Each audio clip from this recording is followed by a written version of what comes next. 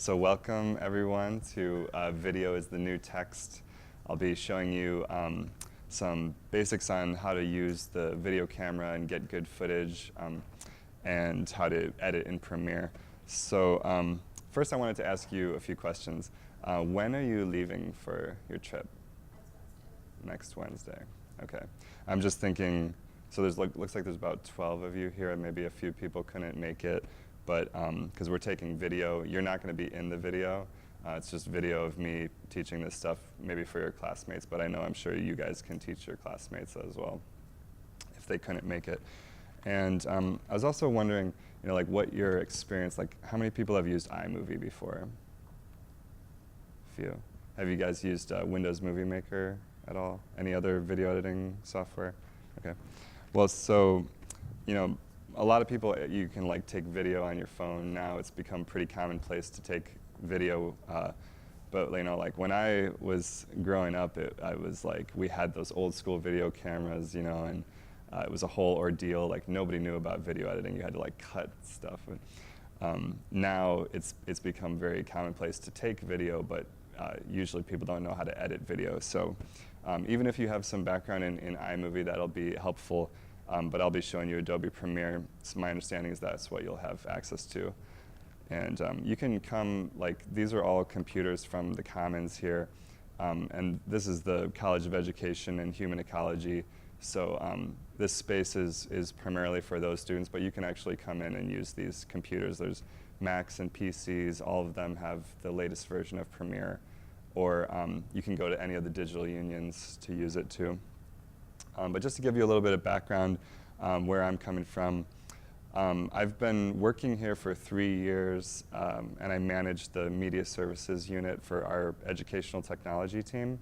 So we basically help instructors to bring their courses online. And I also work with students a lot because all of the education students have to record themselves teaching and then compress and edit their videos and put it online for their licensure.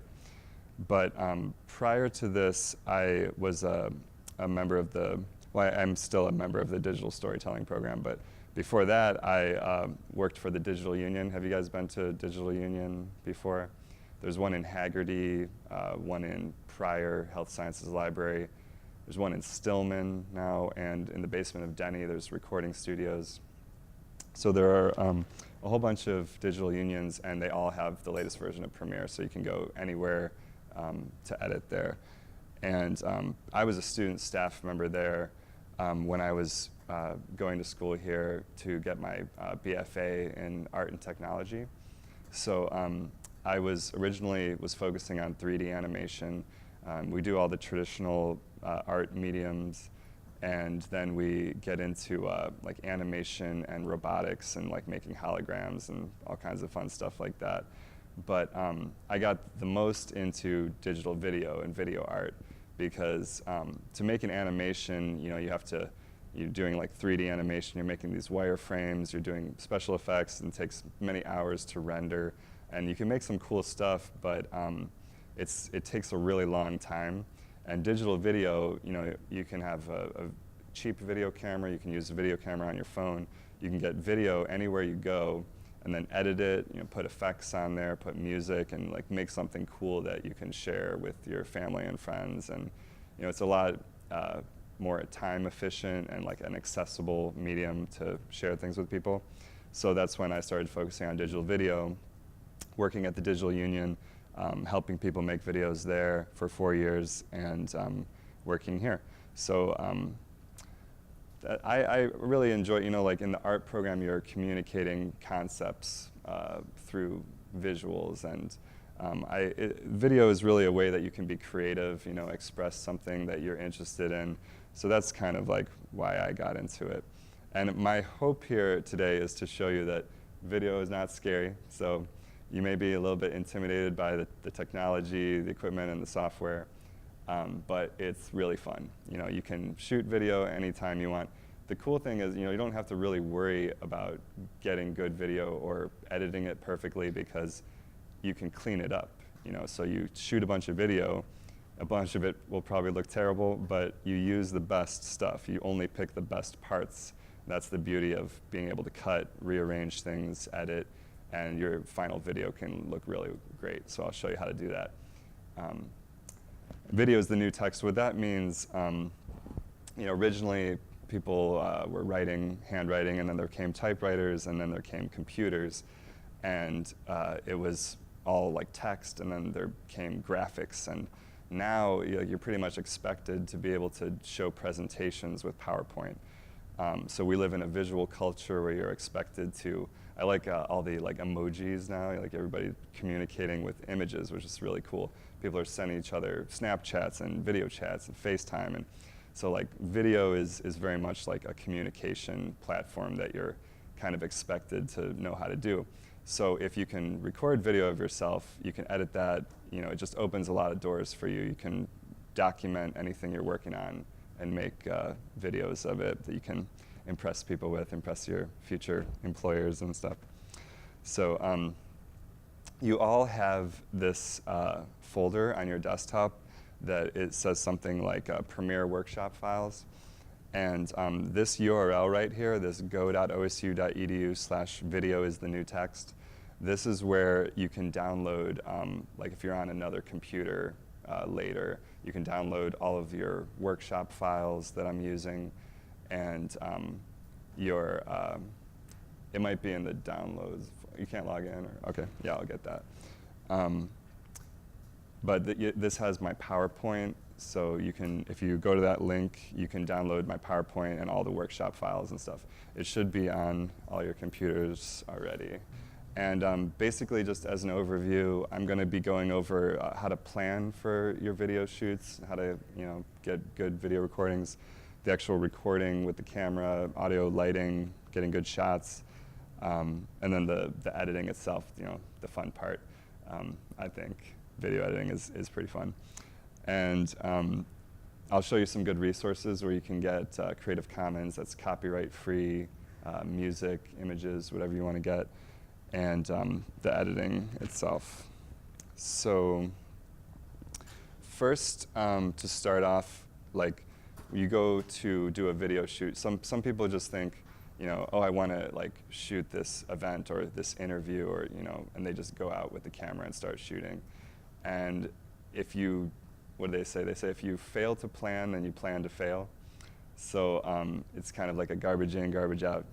I could go on with many cliches, but basically the more that you plan before you do your shoot, the better your whole video is going to come out. So you want to think about your video as a whole, and do some storyboarding. If you're going to have a voiceover in your piece, then write a script for it and let that be like the framework, like the skeleton of your piece, and then start adding in ideas for images and things, and you'll get a much more professional, cohesive looking piece in the end. Have you guys seen some of your predecessors, like the previous classes? We showed you some examples. And some of those people made some great videos. Some of them had experience with video creation already, some of them didn't. And if they had a voiceover, then they could have a script to follow, and they can put in their cutaways, what we call B-roll, just like images and video shots, and it all just looks very professional, because we're all exposed to video a lot on TV and on the internet. So we have these standards for what you expect to see. And so I can show you how to make things look professional like that. But logistically, when you go out to actually do your video shoot, you're going to want to make sure your battery is charged. If you don't have access to a power adapter outlet, I know we were talking about how the outlets are kind of weird in Hungary, and you have your adapters and stuff. And you have cameras. I'll show you how to use the cameras, but storage capacity is really important. I think with these, we have 32 gig cards. You can get 4 or 5 hours of footage. But you want to make sure you don't go out to do a half-an-hour interview with somebody and you only have 2 minutes left on your card, or you're going to have bad time. And cables, that's if you are running an extension cord, depending on what we do when we're going to do a professional video shoot. We go out and scout out the location and say, okay, we have a power outlet here. We can run a cable through here, tape it down so nobody trips on it. look at the lighting and the audio levels. Audio levels really important. I think I'll talk more about that later, but it's just like, you know, if you're shooting in a crowded bar or something where people are really noisy, you try to find like the place in the room that is quieter or doesn't have people like walking in front of you constantly. Now, do you have microphones? Are they giving you any lapel microphones like this or anything like that? Or? So yeah, I think if you're just using the internal mic in the camera, that's going to be especially, you want to be conscious of how much noise is around. Some people would try to find like a quiet room in the hotel or something to record. So the idea with this is just to think about those things before you just grab the equipment and run and try to record. So you can avoid like having logistical problems and things. And looking at the big picture is like, you know, if you have an idea for the overall mood or theme of your piece, then you can keep that in mind when you're recording. So when you go to record something, you're not just thinking about just recording that, you're thinking about the video as a whole and like how you want it to look, how you want it to feel, and kind of like you think about your whole editing process all in at once. So you don't want to record too much footage because then you have to think about it. You're going to have to import all that. You're going to have to watch through it and find the best parts, which can take a long time. So that means don't just leave the camera recording for hours at a time. You know, like when there's downtime, just cut and turn it off. I have some videos, and these are all on the EHE EdTech YouTube channel if you want to reference them later. But this one shows like the planning, storyboarding stages. I'll show you some of this.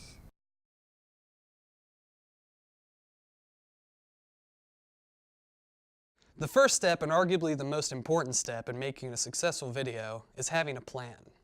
As an architect would never start constructing a building before first drawing a blueprint, a videographer shouldn't start recording video before first identifying what the purpose of the video will be and who the target audience is going to be. In my video, How to Use the Canon Vixia, my purpose was to effectively show the basic operations of the Canon Vixia, as well as to demonstrate some of the best practices for video production. My target audience was students, faculty, and staff who have little to no prior experience using a Canon Vixia or making a professional video project. With this in mind, I knew that I should avoid using highly technical industry jargon, and that I should only show basic techniques, staying away from more complex techniques that would be overwhelming for most beginners. After I'd identified the purpose of the video and my target audience, it was time to figure out the information that I was going to convey. There are a lot of different ways to begin laying out the exact content of your video. However, in order to truly make your creative vision a reality, there are two things you must do in planning your video: write a script and create a storyboard. These two tools combine to create the blueprint for your video. The script is the backbone of your video. It details everything that will happen for the duration. The storyboard illustrates the script how you wish it to be portrayed in the video. Mainly, it serves as a guide to the shots you want to get during production. The script and storyboard work together interchangeably to help direct your creative vision. You can start generating ideas by writing down parts of your script and assigning images to them in your storyboard. Or, if you already have some images in mind, you can add them to the storyboard and then put them in the script. For my How to Use the Canon Vixia video, I began drawing the storyboard, then created the script based on what shots I thought needed to be included. Here's a compilation of all the sketches that I made. Each sketch gives me a lot of information about what I'm going to capture and how I'm going to capture it.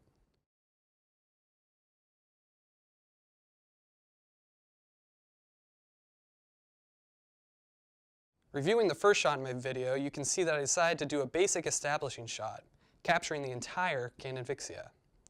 It is always a good idea to start out with a shot that gives your audience a frame of reference for everything else they are going to see in the video. After my establishing shots of the camera, I utilized many extreme close-up shots to show as much detail as possible about each step in using the camera. Extreme close-ups can be challenging with the zooming limitations of the Vixia. In order to get them, I often had to manipulate the tripod to get my camera as close to my subject as possible. Another piece of information included in a storyboard is the motion that you want to capture in the shot. For this video, I didn't plan on using camera motion in the storyboard, but upon shooting found it made some shots appear more dynamic. I also did a few things stylistically I felt would be beneficial to the video. When attempting to portray specific functions like opening the lens cover and zooming the camera in and out, I decided to use a split screen to directly display how these things are done.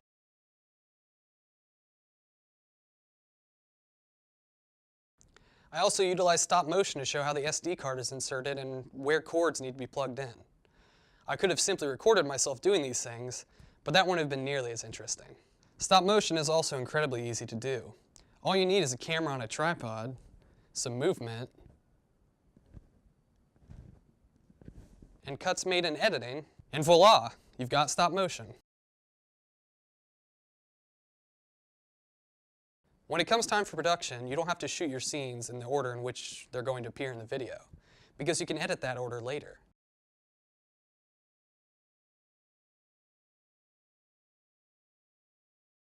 If you're unsure what the best shot will be for a certain scene, feel free to record it in more than one way.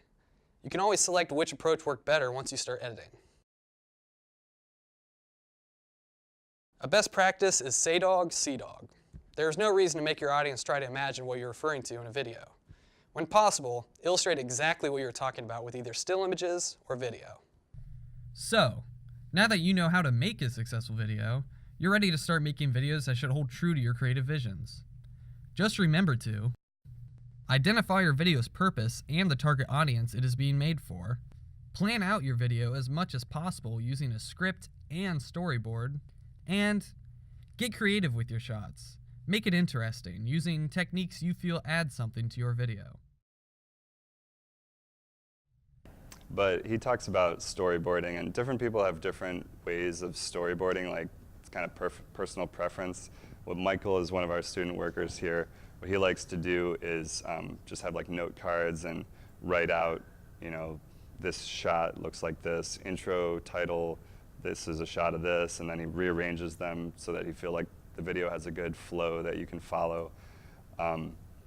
And there's also templates online. If you just Google like storyboard template, you can find them, and they say, you know, here's what dialogue or what voiceover you're gonna hear, and then you can like draw pictures in there, kind of do it however feels good to you creatively.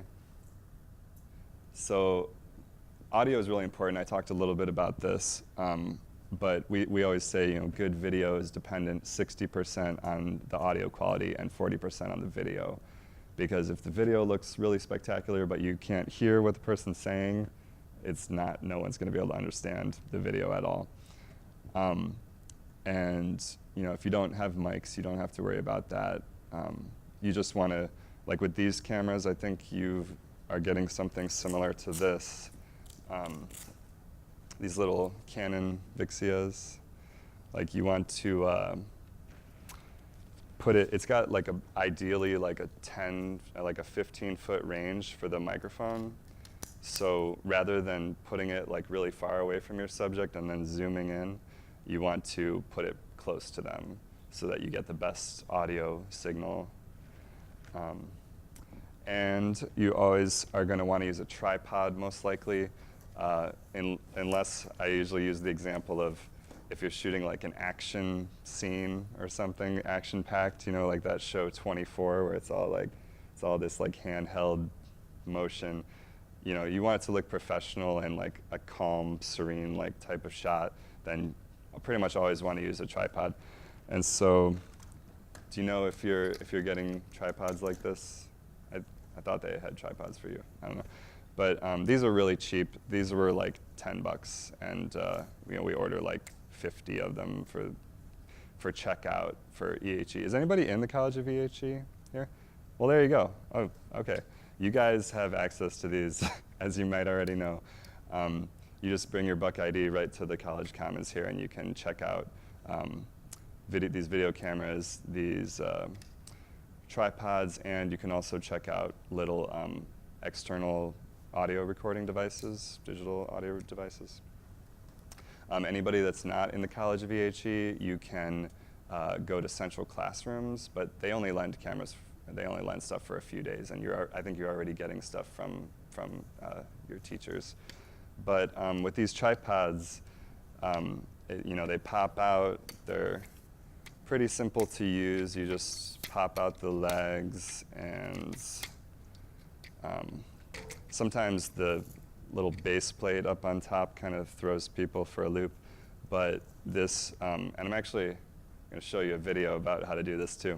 You pull that lever and you flip it out, and then screw the base plate to the bottom of your camera. And then you flip it back on there, and you get a nice stable shot. Yeah, I'm going to show you some video. Since this is a video workshop, we're not only recording it, I'm also going to show you some other videos that we've made. There's some other tips in here. They'll show in the video in a much more entertaining way than listening to me.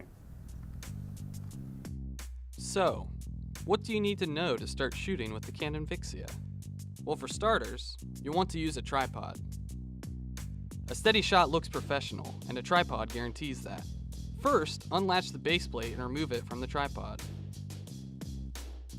Pull out the screw handle on the bottom of the plate, locate the threads on the bottom of the camera, and fasten the plate to the camera using the screw handle.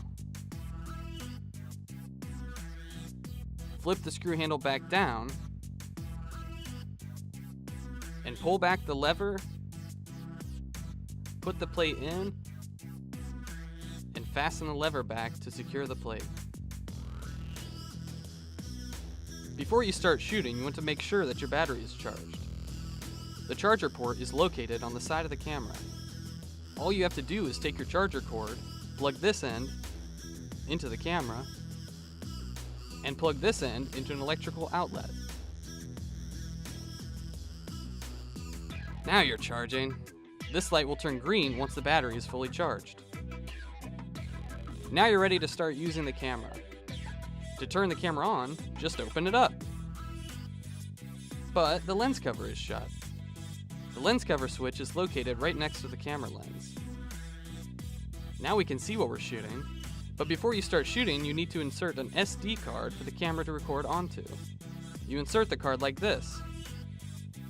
When you feel it click in, that means it's secure. Now you're almost ready to start shooting. But first, you need to know what not to shoot. Avoid shooting your subject in front of a distracting background, or in front of a bright window. You don't want a shot that is underlit. The key is to have your subject and background both lit evenly, like this. And if you're shooting in front of a green screen, your subject should not wear green. Now that the shot's ready, you're ready to start recording. And here's the record button. Press it to start recording,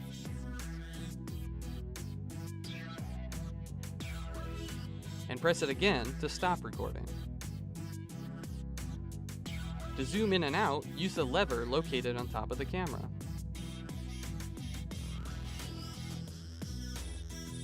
With this camera, you have the option to use an external microphone for audio recording. Without one, your audio might sound something like this. Hi, my name is Sierra. I am a student in the College of Education and Human Ecology. But with one, it should sound more like this. Hi, my name is Sierra. I am a student in the College of Education and Human Ecology. To review your footage, just press the playback button. To navigate between clips, just swipe left or right on the viewfinder. To watch a clip, just tap it on the screen. Once you've gotten your footage, you're ready to start importing it to a computer for editing. With the camera in playback mode, plug this end of the mini USB cord into the camera, and this end into a USB port on either a Mac or a PC. However, these two types of computers require different importing procedures. On a Mac, your camera will appear like this once it is connected. Before importing, make sure you have a place to store your footage.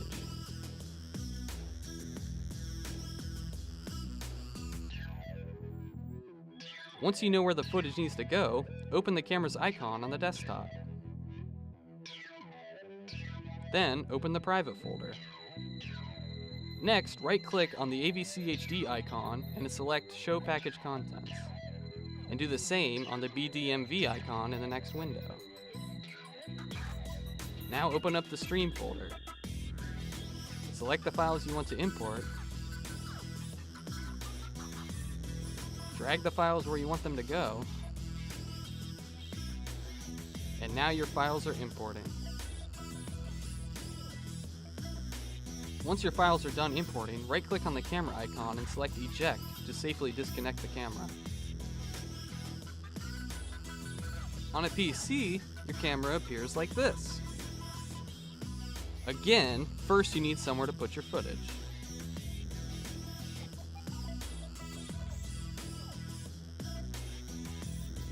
Then double-click to open the private folder.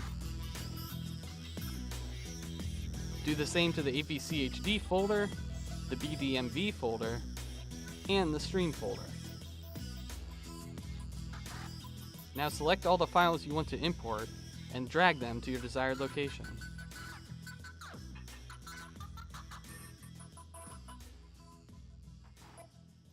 Once the importing process is complete, go to your Devices and Drives, right-click on the removable disk, and select Eject to safely disconnect your camera.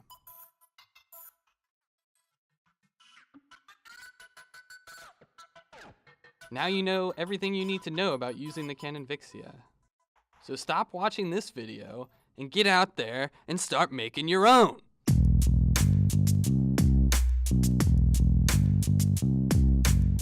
Okay. So yeah, these cameras are pretty simple to use. The way he's showing you, you just turn it on and hit record, and there's a zoom on top. You can zoom in and out. And I'll try to get through some of this just so I can actually get you into the hands-on part with the software. This is just like your background information that you want to know. Well, basically the rest of the stuff on here is to be aware of the lighting. Like generally you're going to want as much light as you can get. If there's lights in the room, like you see there's lights there, and there's not light here. If you were recording video of me, you would put me like under that light over there. If possible, keeping in mind, where the noise is coming from. When I go to record in classrooms, sometimes we're listening to the air handlers, like there's vents and stuff that can give you a lot of hum in your recording, and you want to avoid that. Go to further away in the classroom. Find a good balance between finding good audio and good light, and don't shoot people right in front of a window or a light source. So if you're shooting outside, you want the sun to be at your back, because if the sun is right behind somebody, you get a silhouette. Or if a window is right behind somebody, all you'll see is their silhouette. And like he showed you making a folder before you import your footage into there, I'm a really big proponent of folder organization.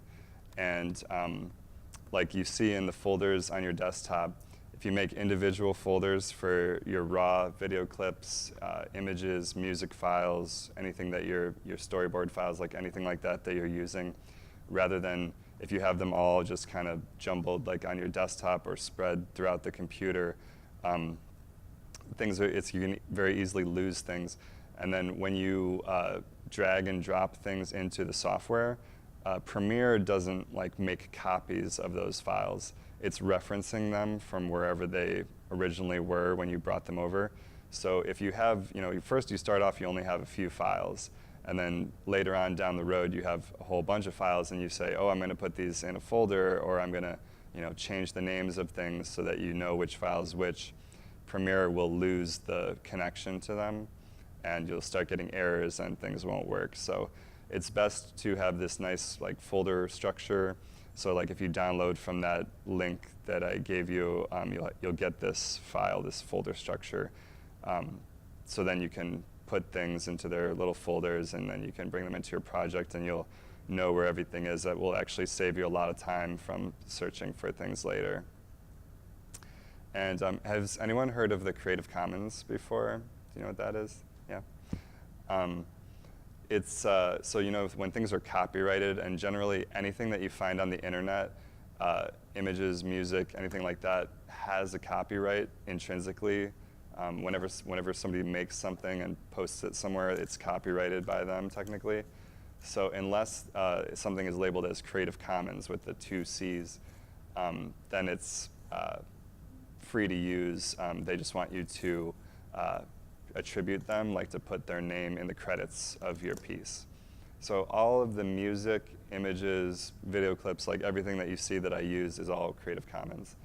And there's a video on our YouTube channel that shows like how to download things from Creative Commons websites and then how to attribute them in your credits. It's pretty simple. I'll see if I have time to do that. Generally, I think you're going to be using a lot of your own materials, but a lot of times people want to use maps and things like that. And you can definitely find Creative Commons maps, so that's copyright-free maps and images or music that you can download and put in your piece, and then just credit the person who made it in your credits. And there are some best practices for this. These are some of my favorite websites. And I even, last year when we did this, I looked up on Jamendo, I tried to find like some Hungarian like traditional music, and I think I was able to find some stuff, you know, some authentic music, and that's free to download and put in your piece. You can get free sound effects from freesound.org, and these websites are really useful. I'll show you this one for downloading things from YouTube. So if you go on Google and just search up images, that stuff's all copyrighted. Even if you put in a search for like copyright-free music or something like that, you'll get to a lot of shady websites that they seem like they're free, but then they want you to sign up, and they have viruses and things. So I've done all of that searching for you, and these are the trusted sites. Jamendo is a really good one, and I'll show you clipconverter.cc here, for example.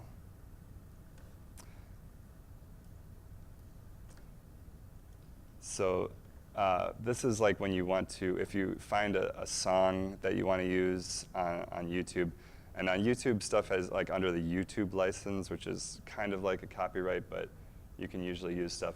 I really would recommend that you not use copyrighted music, especially, I don't know if your pieces are going back on YouTube eventually, but so when you upload stuff to YouTube, they search through it, and they can determine if you've used copyrighted music, and a lot of times they'll take it down, or they'll take the music out of your piece, which has happened to me before. So I would recommend using the copyright-free stuff from Jamendo, or Incompetech.com is a good one too. This is Kevin MacLeod's music. So you go to the royalty-free music, full search, and there are some world music themes here. Polka, is that? I like to use the soundtrack genre, and like this is all instrumental stuff, so it's easy, like if you have a voiceover, interviews, things like that, it's easier to hear what you're saying if the music doesn't have lyrics. So I'll do calming, bright, we'll do bright. Search. And then you can listen to the tracks. Bumba crossing.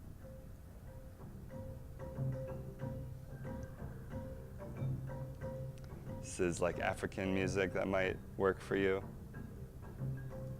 And so if you like that, then you can download it with this blue download button. Or if you click this More button with the little I, you get the information. This is the attribution info that you would put in your credits at the end of your video. So like there's different stuff on here. You can This stuff is all like really made to be soundtracks for videos, so it works really well. And just to show you this other tool, if you wanted to download something from YouTube, even if you wanted to download some video footage from YouTube, can find some hungry video footage.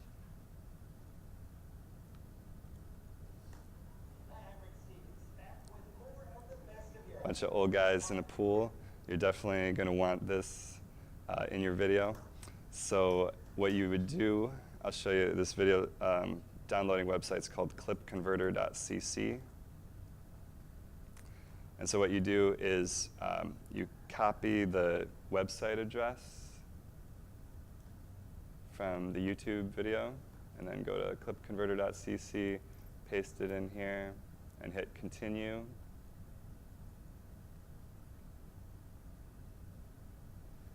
You can get high def video, or say you just wanted the music from it, you can do MP3.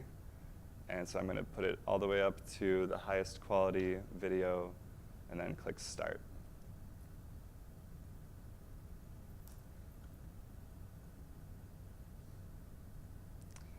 And this, it may be technically copyrighted, but usually stuff on YouTube is sort of like independent. People have made it, and I wouldn't worry too much about copyright. Like, you can also go to a Creative Commons search engine like letscc.net and search up your terms in here, and then go to videos. And this should actually be Creative Commons video from YouTube. And then you go and get the link from that, and then paste it into Clip Converter, and I'll hit download, uncheck that, download. And then it's going to give you that full res high def MP4, and you can bring that into Premiere, which should be getting close to the actual Premiere stuff here. Handbrake is for downloading things off of DVDs, but you might not need to do that.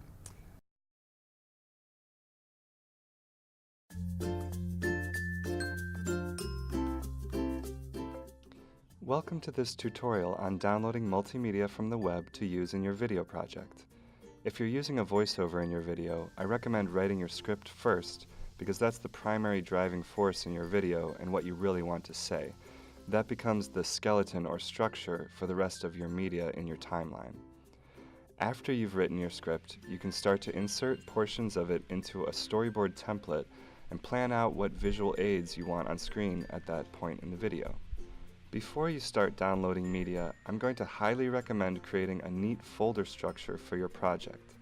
You'll definitely need a main folder named as your project folder. Inside that folder, you can create folders for images, audio files, scripts, raw video clips, exported videos, and so on. This will save you a great deal of time and headaches down the road when you have a ton of files. And this is especially important because of the way many video editors link to the files you're using, and if you decide to rename, move, or organize files after they're in your video timeline, you break those links and get errors. Now you're ready to search for your media. I'm going to show you my top recommended websites to find Creative Commons music, sound effects, and images, as well as a method for downloading videos or music from YouTube. These websites have a wide selection of copyright-free media, and they're trusted, tried, and true. Please don't waste your time doing Google image searches or Googling other sites for free content, because there are a lot of scam sites, viruses, and everything you find on the web has an intrinsic copyright unless it's explicitly labeled as Creative Commons or public domain. So if you use unapproved content, especially music, your video could be taken down, the audio removed, or you could get sued. So firstly, my favorite website for downloading Creative Commons music is incompetech.com. This site gives you access to a vast collection of professional quality music of many genres created by the acclaimed musician Kevin MacLeod. From the main page, click the first tab for royalty-free music. Then click the full search button. From here, you can choose your genre, and I recommend the soundtrack genre. Then you can choose the mood you're trying to create in your video, and it should be instrumental and somewhat ambient, meaning no lyrics or excessive noise to distract from your voiceover. In this case, I'm going to choose uplifting and click search. Now I can listen to these songs by clicking the play button. I can also fast forward and stop. I think this one is a bit too fast-paced, so let's try this one. I like this one, so I'll click this blue download button and choose to save the file. Some browsers will ask you where you want to save the file. In this case, it's gone into my downloads folder by default, so I'm going to move it from there to its proper home in my audio folder for the project. If you click the More button by the download button, he even gives you the info to paste into your credits. Isn't that convenient? You can copy and paste it into a Word document if you don't have your video timeline started yet. Don't forget to save this information because you don't want to have to waste time looking it up again later. Now this is the best resource I know of for downloading Creative Commons images, flickr.com/creativecommons, and there's no E in Flickr. From here, you can choose to search from millions of photos with different CC licenses. We'll click the See More link under Attribution License because it's the simplest one. Then you enter in your search terms, cats. And if I want to download one of these, I'll click on it and notice this symbol here, which means it's under an Attribution CC license, which means simply the author wants you to credit them along with your work, just like we did with the music. To download it, you need to click this download icon in the lower right-hand corner. Choose the highest resolution you can, usually the one that says Original. You can always shrink images down in your video, but you can't blow up tiny images or you get pixelation. I'll select Save File and click OK.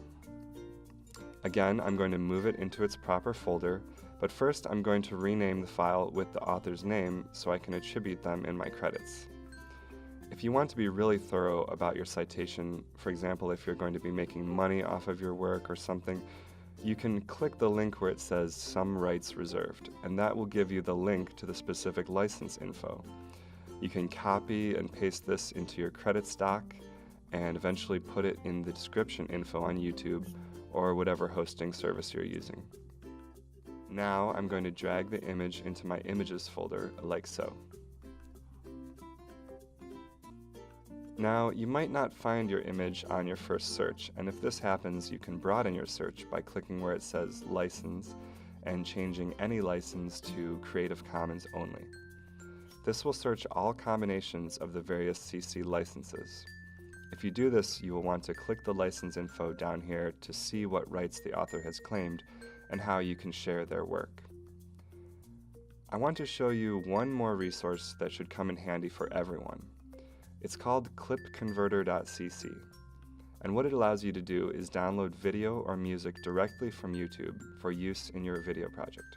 Once again, I want to highly dissuade you against downloading copyrighted music and putting it into your video, especially if your final product is going back on YouTube.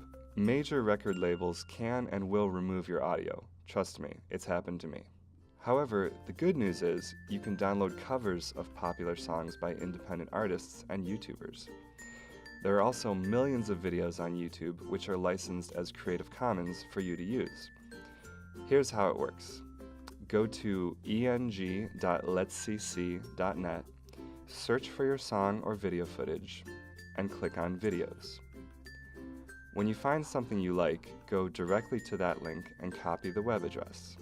Then go to clipconverter.cc and paste that URL in the first field. Next, click Continue.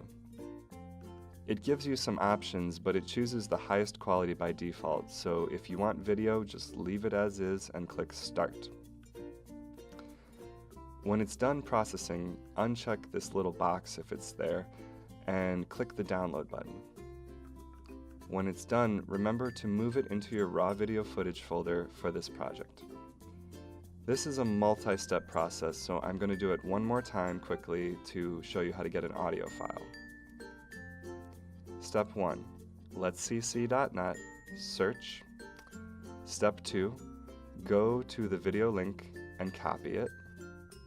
Step 3, paste it into clipconverter.cc and click continue. Now, step 4 is a bit different. Click MP3 for an audio file, and don't be fooled by this download button. You still have to click Start and click Download. Now, you know what to do with this file. Don't leave it to get lost in the sea of download files. Put it in its proper folder for your project. And remember to name it with the author's name for attribution and include this information in your credits. And that's it. Now you know how to responsibly and legally access a huge quantity of multimedia resources and to cite that media in your credits. And I hope you use this to create some awesome work of your own. Thanks for watching.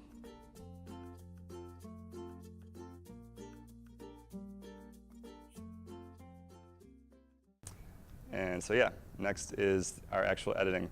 So if you want to open up Premiere on your computer, we have the newest version. This is what they have at the digital unions, but I mean, you're actually doing the video editing in Hungary, right? There's like a computer lab that you're using. I don't know what version they have there for now, but CS6, CS5, they all work kind of the same. But yeah, if Premiere, the little PR pink icon is not on your dock at the bottom of your screen, or if you're using a PC, you can do the search for it. There's that magnifying glass in the upper right on Macs, and on PCs you go to your Start menu, the lower left. So I'll wait a few seconds for everybody to get Premiere open. And when you come to this screen, you just click the New Project button. Yeah, then you get to this screen where it lets you name the file. So here's your Hungry project. This is going to be the file name for your project file. And then you have this thing called scratch disks right here. And if you're doing all of your editing on one computer, then it shouldn't be too big of a deal. It might just put everything to a default folder in your documents folder. But as a best practice, I always like to set where all the files are going to. So you got these scratch disks here. And what I always recommend doing is, it comes up with this first screen after you hit New Project, and it wants to know the name of the file and where everything's going, the location. So I click this Browse button, and I'm going to set it to the folder on my desktop where all my files are, this Premiere Workshop Files folder. And say Choose. And then it's going to automatically set all the scratch disks. It's just like folders where it puts all of its temporary autosave files and stuff like that. So after you get your title in there and set the location to your workshop files folder, then hit OK.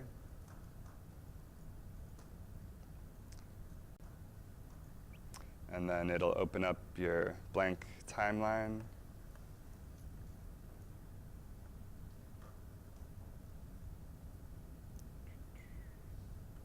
Okay. So does everybody have your Premiere open like this now? Okay. There's lots of different ways that you can import your media into Premiere, but I'm a fan of the drag and drop method because it just feels like tangible and you know where stuff is coming from. Like it's got this little file browser over here. Personally, I think it just takes longer to go into this file browser and to like go to the file import menus and stuff. So what I do is just open up a Finder window or a Windows Explorer window on Windows and go to my actual folder on your desktop, your folder where you have all your files, nicely organized into the file type, music files, images files, raw video files. And I'm going to show you how to bring in this video file. So in your raw video folder, there's this wedding clip. And on Macs, you can hit the spacebar to preview any kind of file. Spacebar will bring it up, spacebar will put it away, sound effects, or even like documents, images. You can just quickly preview things. So you don't really have to like double click on things and open them and deal with closing them and stuff. So that's just a handy technique. But I've got my wedding clip here, and then what I'm going to do is just drag it down into the timeline, the big, long, rectangular spot. Drop it right there. And I can even like resize Premiere a little bit, dragging from the lower right corner to get it such that I can grab my folder. So is everybody able to bring that video in? So if you're on a Windows machine and the drag and drop isn't working for you, you can right-click in the little panel to the left of your timeline,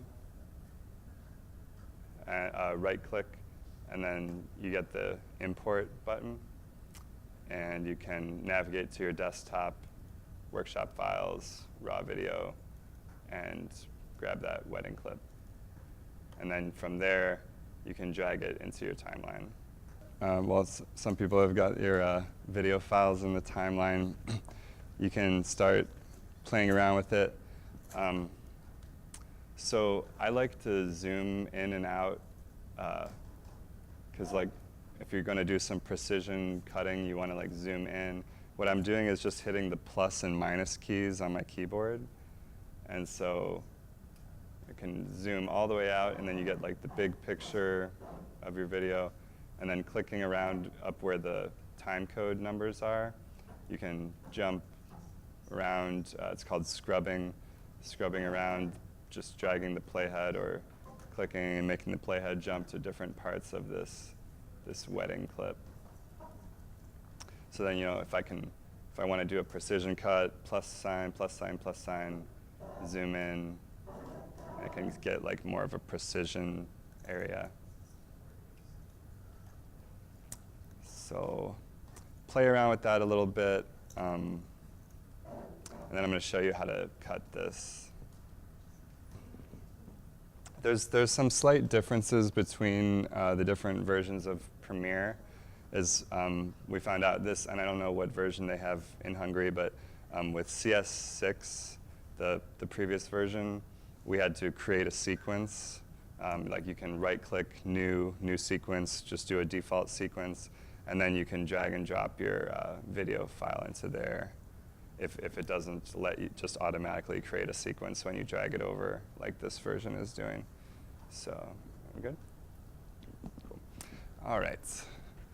So does anybody not have the video in your sequence now? Okay. So basically, this is like this little 30-second clip. I just randomly found it on a computer one day, but it's like this couple dancing, and then you see this photographer coming in from the left side, and then he walks right in front of the shot, and walks over there. So what I want to do is cut that part out. So right when he's walking around, when he's about to walk in front of the camera, I want to cut it right there. And you can use the space bar to pause and play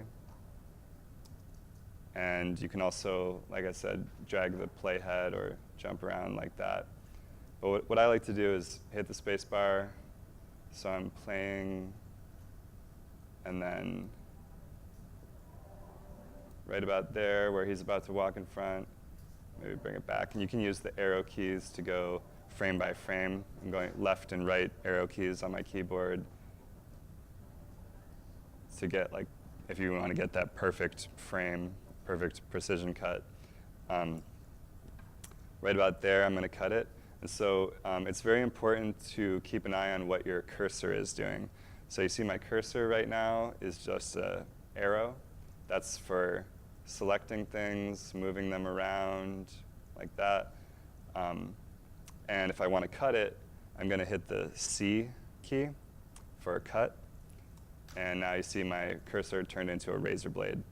So now when I click it, it splits it, it cuts it into two right at my playhead right there. And now I can play. He walks in front of the camera, he walks over there. And now when he's out of the shot again, I can cut it again. And now I can go back to my arrow tool, selection tool, by hitting the V key. You know, V doesn't really stand for arrow, but it happens to be right next to the C key. So you got C for cut, V for arrow. Just like when you do like copy and paste. Paste doesn't start with V, but it's right next to C. So now I can select that clip and hit the delete key. Now I have a big black void in my video, and you can use the select key or the selection tool to click and drag that back over. And you see how it snaps, and it'll snap to my playhead, it'll snap to the other clip. And if you accidentally do like this, and you notice I'm like just dragging it over top of it, I come back out, it's like, where'd my video go? I overwrote it, but this is a non-destructive editor. So what that means is you can always bring back stuff that you've cut. So like if I mouse over the edge of any kind of clip, you see how my cursor changes from the arrow to the sideways red arrow? And what that lets me do is trim it just by clicking and dragging. So if I wanted to, I could pull this out and get the entire clip back, or just get just that part that I wanted out. So now it shows he's about to walk in front, and then he's gone. But I'm going to get a little bit more of that out of there. What I'm actually going to do is, rather than having him disappear like that, that's what you call like a continuity error. People shouldn't just be disappearing out of videos. I'm going to go to this part where the camera zooms in on the couple. And you generally don't want to be doing a lot of movement with the camera. You don't want to be like doing a lot of crazy zooming and moving around, because it's kind of just jarring to watch. So I'm going to cut this whole part where this zoom is happening. Either that I would slow it down with a speed adjustment. I can show you how to do that too. But I'm going to hit C, go to my cut tool, cut it, delete the part where it's zooming, and then go back to my selection tool with the V key, drag it over. And if you forget the C for cut and V, you can also go to your little toolbar right next to your timeline. And there's your selection tool and your cut tool, razor tool, a bunch of other tools that you probably never use. So don't worry about those. And now I have them dancing and then a close-up. And you can already see it's starting to look a lot more professional than the amateur video that was in the beginning. And just to put the finishing touches on it and make it look even more professional, I'm going to add a transition between these two clips. I'm going to add a cross dissolve. So jump cuts are fine. Jump cut is the most commonly used transition, but I tend to like cross dissolves, especially if for making something look like professional. Something like a wedding like this, cross dissolve is going to smooth it out. And so what I will do in my left-hand panel here, right next to the timeline, I'm going to click Effects and Video Transitions and Dissolve, and there's my cross dissolve. Or you can use this handy-dandy magnifying glass search deal right here and just put cross dissolve, and there's my cross dissolve. And then I can just drag this right between these two clips. Now, the dancing cross dissolve, beautiful. There it is again in all its glory. And just, you can tell this was probably shot on a phone, and it's pretty dark. You can do some lighting adjustment in Premiere. You can't really get visual where there is none. If the camera didn't get those details, it's hard to get back, but I'll show you some basic lighting adjustment stuff. Also in the left-hand column here, under Video Effects, maybe not. No, I gotta clear my search term here. Yeah, Video Effects. Under Color Correction, there's a brightness, a contrast, there's color correction. Color correction is kind of an advanced thing that you probably won't have to worry about. Your camera's going to do auto white balancing, and it's going to look fine. But if you got some really dark footage, you could add one of these luma correctors. And I'm just going to click and drag that over the video, and then go into my effects panel up top in the upper left here. And this is where all of your effects, all of your adjustments of your parameters for any type of image or anything is all up here. And so like motion, you can change the size of things, but this is where now my parameters for my luma corrector that I just added are. So it's got brightness, contrast. I can turn up the brightness, and now you can see them better in the dark. But what I mean about there not being the pixel data there is you'll start to see some grain, some little artifacts, but it actually looks a lot better like that on this screen at least. So there's dark, there's light. You can even see, you can turn the effect on and off. See, dark, light. I want to show, so that's like basic cutting. You can kind of play around with that. And I also want to show you titles. So like putting some titles in the beginning and putting your rolling credits kind of stuff at the end. So in your assets panel, I think it's called, their left-hand column over here, you can right-click and do New Item Title. You can also go, if you forget that, you can like go to the File menu and do New Title that way also, I believe. But I'm going to get a blank title. I'm going to say wedding thing. And you can change the color, and let's get a nice like pea green color.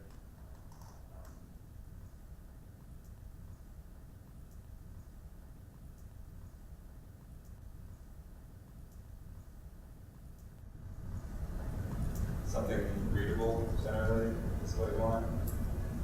And you can change all of your regular fonts stuff. You can put a drop shadow on it. That kind of makes it more readable. And I'm just going to say that's good enough. Change the fonts in that. But I'm going to close that. And now, right here where I created that, I got this wedding thing title. So I'm going to drag that into this track above my video track. So now that title comes up there. If I wanted to click and drag that to the beginning, I can have it over that first clip.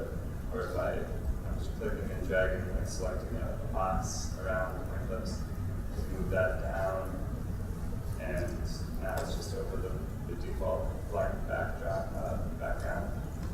A lot of times when we're making videos, we like to make our own backgrounds. You can download a Creative Commons image from like Flickr's Creative Commons, is my favorite one. Or you can create a blank background in here. You just right click in that same area, new item, and we'll do a color map.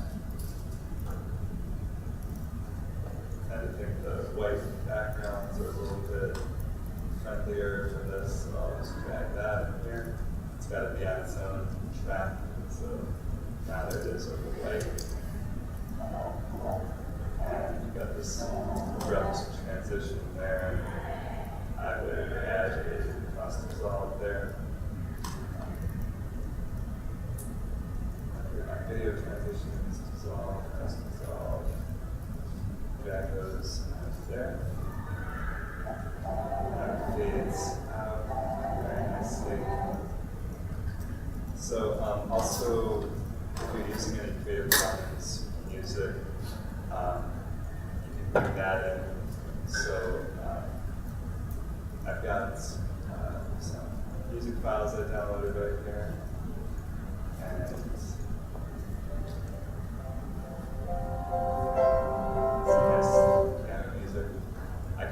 drag that into my timeline, and audio goes in the lower portion. Everybody see that lower track below your video track? So I can drop it right here. Now, the music track is, in this case, a lot softer than my actual video clip. This is kind of an anomaly because usually music is super loud compared to your video, but you can equalize and adjust those volume levels. Something you're almost definitely going to have to do if you're using music, or even if you're just using video clips. You're going to want to adjust volume levels. And with this version of Premiere, it's kind of hidden, and what you have to do is, again, keeping an eye on the cursor is really important. A lot of people just start clicking and dragging, and stuff gets deleted and they get confused. But it's because you have to look at the cursor and see how it changes into these different things. When you mouse over these like lines in between your tracks, then you can click and drag.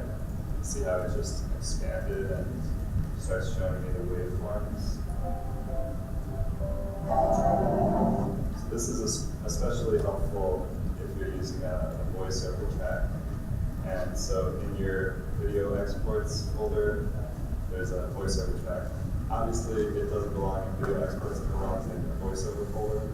But when I made this zip file, stuff got jumbled around somehow. So this is just as an exercise to show you how to put files in the proper places.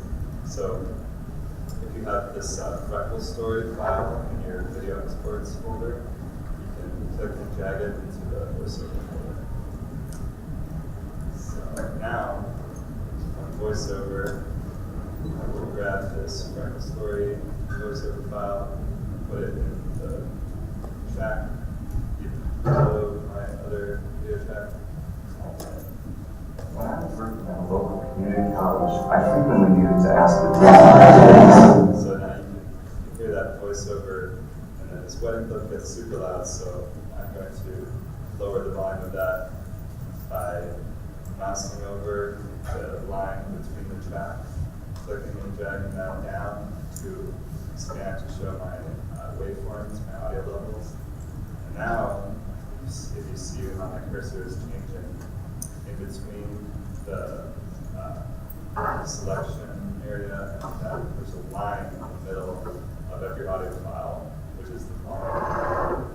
If I click and drag that down, you can see it's telling me 0 is the midline, that's like regular volume. Up at +6, that's +6 decibels, extremely loud. And all the way down to negative infinity silence. So I'm going to go for like -4, negative line where it's like halfway between. Listening for help getting things done. Now it's a little bit more reasonable. I might turn down this volume in relation to voiceover. That would have a line now. Then we needed to ask the dean's administrative assistant for help getting things done. And now you can hear the music, you can hear the voice, and you can hear Done. However, without anything really overpowering anything else. And what I was getting at with the waveform, the voiceover track. Sorry if this is like crazy information overload. You probably won't remember all of these little things when you go to do your editing, but the idea is if you know what is possible, then if you need to go into a help menu to ask where a certain button is, you can do that. But it's just to give you some exposure to how to use the software, how to make your video look professional. Because and with CS6, if you're using any previous version, you don't really have to worry about this. The waveform just will already be there. But that's just with this new version, you have to expand that down. So I'm going to close my voiceover file. And now you can see these spikes are the words, and then we're in flat lines right there. assisting for help getting things done. That's silent. That flat line is silence in between sentences. However, she was not easily. And then turn down, so we're letting the. Where is that?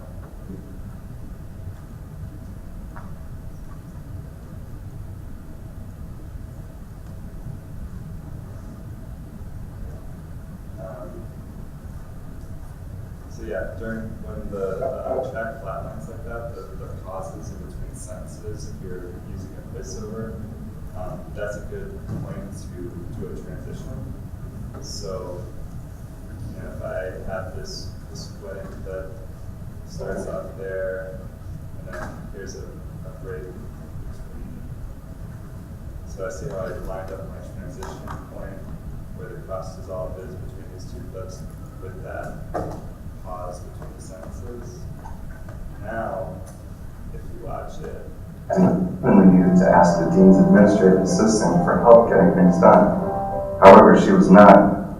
you see how the video transitions as the audio transitions. That's how you make a cohesive piece that kind of flows with a natural rhythm. And if you're using images, as maybe some of you, if you're experimenting with it, then you can see just dragging images in is the same thing as dragging in video clips or music, unless the PC version is right click and import. But there's no images into my timeline. Unless. And you can work with these just like you work with the video clips. You can cut them, select them, move them around, and mousing over the edges of things where you get that trimming cursor. Make things shorter, longer. Notice how I'm lining up the image with the words, the transition between things at the flat line point. This is what we do with digital storytelling, and many of your videos that you make will be sort of like a storytelling type of thing. You may be working with images. Working with images is like easier than working with video in a lot of ways because you don't really have the audio with it. But you can line up your images, have them transitioning, and see the. One day she said something really necessary. One day she said something See to that transition? her unless it was absolutely necessary. Right. Sometimes you want to do what's called the Ken Burns effect, the movements on the images. This will give you another level of production quality that makes it really nice. So if this image was the wrong size, even if you click on anything in your timeline, it comes up in the left-hand view here under effects controls. And I can go to the motion tab, change the scale of it. 100% down. And the position of it, moving it around, rotation of that scale, other stuff. But what I can do, like, if you want to zoom in effectively on either one of these two bits, what I can do, and this is kind of like an advanced thing too, but it'll make things look really nice. A lot of people like to use this, is keyframing. So what I can do is first move your playhead to the beginning of the image. So I'm going to put that back here, so here's where the image starts. And I'm going to set a keyframe for scale and also for the position. And keyframes are basically places where movement either starts or stops. Movement or any type of thing, change that you're wanting to animate. So what I'm going to do is click these two, what do they call them, stopwatches. You guys see that? I'm going to click the stopwatch for position and for scale. And then what that did is it created these two keyframes, these little diamonds on my timeline. And now I'm going to play forwards. I found ways to get things done without her, unless it was absolutely necessary. To the end of the image. And we can play that to the end of the image. And now I'm going to make the changes. I'm going to turn the scale up to 115%, effectively zooming in. And I'm going to move this over to focus on this sad squinty little child. And now, when I play it back, However, she was not easily approachable, and I found ways to get things done without her, unless it was absolutely necessary. and it moves over. And And again, I'll do that again because this actually really takes practice to get it. You'll probably mess it up at first and get confused. But here's how you do it. I'm going to zoom in and move around on this kid. We're going to go to the beginning of the image, go to the motion tab, set keyframes by clicking the stopwatch for position and scale. And then play through And not only into the end soon of after. the page. And now, see how my timeline has moved over here. And I have playhead editor. Now when I zoom in, extreme close up on this weird mouth, then it automatically creates that second keyframe. Because it'll make, you just make a keyframe at first, it's looking for changes, and you move your playhead, make the changes, and it automatically gets the keyframes, and then when you play through. one day, she said something to me that not only changed our relationship, Get the animation. So does that make sense? Anybody have questions on that? So I did also want to show you the scrolling credits. There's, under File, New, there's Title, but there used to be a thing called rolling credits. They got rid of that. It's too passe.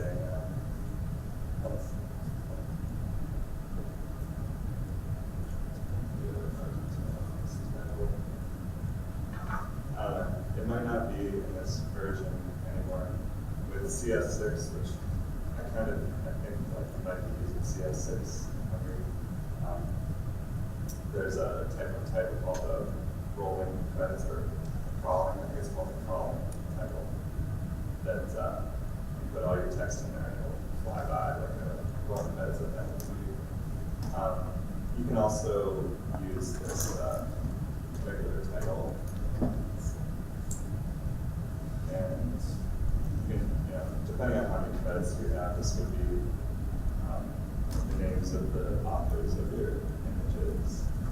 So, what I recommend doing too, as if you're planning on getting stuff from the Creative Commons, I recommend watching this video about downloading Creative Commons media. But the basics of it is, as soon as you download something, for example, you go to Flickr's Creative Commons, flickr.com/Creative Commons, and look up your map,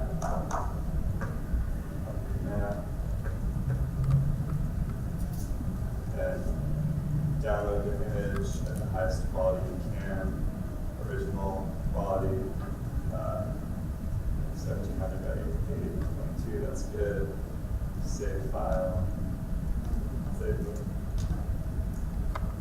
You go into internal one and say okay. We've got things up there already. Then it's going to download the files to my downloads folder. Depending on your browser and your Mac versus PC platform, it might give you an option of where to put it. But can anyone tell me what I should do with this file now? Good time.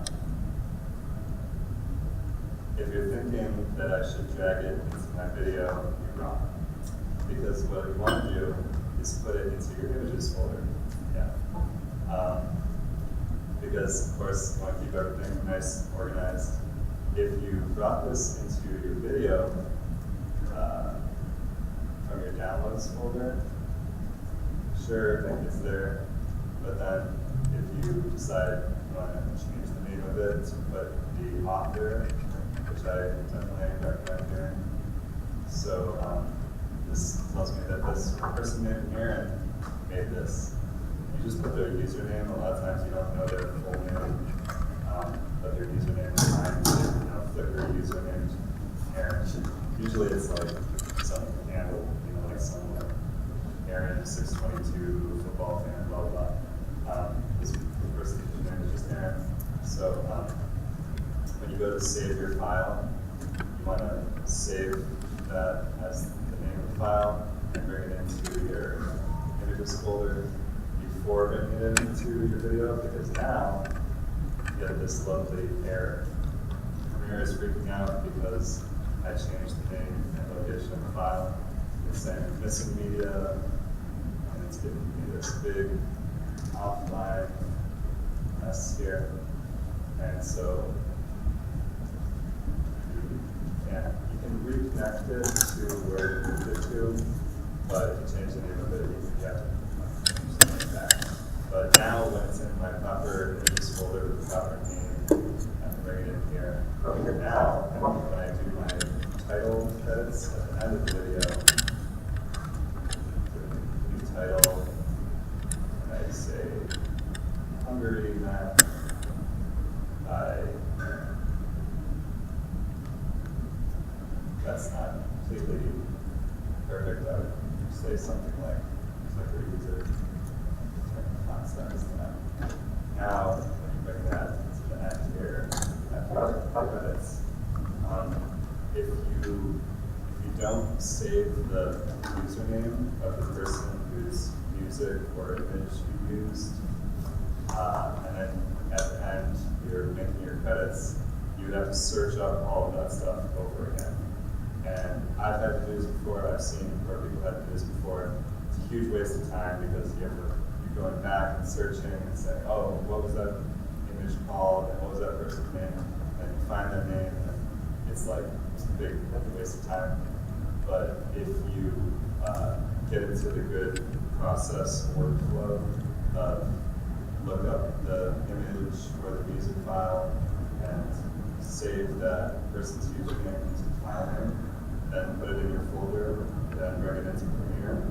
Then when you go to do your credits, all of the usernames are there in the file name. And it's very easy. It will save a lot of time. So I got a few minutes for questions.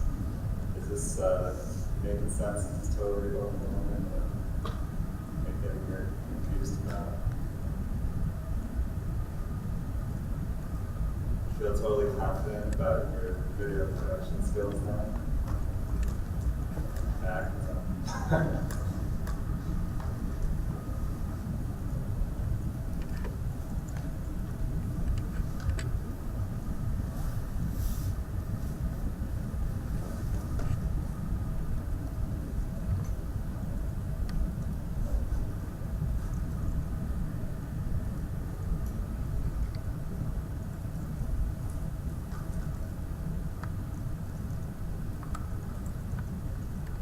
Got some sound effects here too.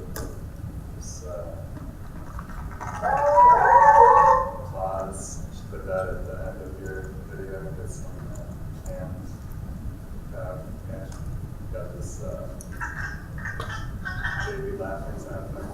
Freesound.org is a good place to get free sound effects, but sound effects can really bring like a lot of ambience to your piece. You get like birds chirping, weather sounds, and things, and kind of make the scene come to life. And add the sound effect of this kid laughing here.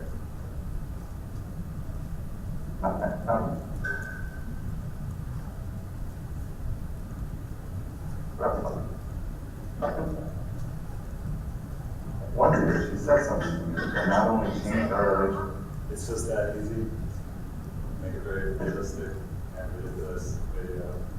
She said something to me that not only changed. Any other questions, concerns? Thanks for coming. I hope that you have fun on your trip and make some cool videos.